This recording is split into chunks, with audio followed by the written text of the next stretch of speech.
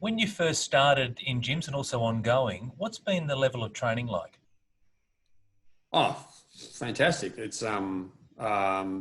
had no idea about pools. I didn't know what anything was. I could have tripped over the equipment and I didn't know anything about anything. I went out for several days with several different other operatives. You meet with all the suppliers who are all top shelf.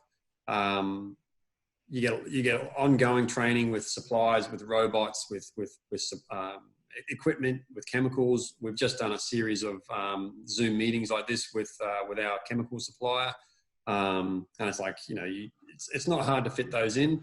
You've got a number of reps that you can always contact.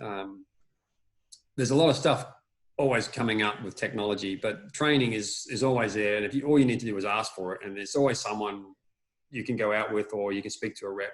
You're never left in the dark.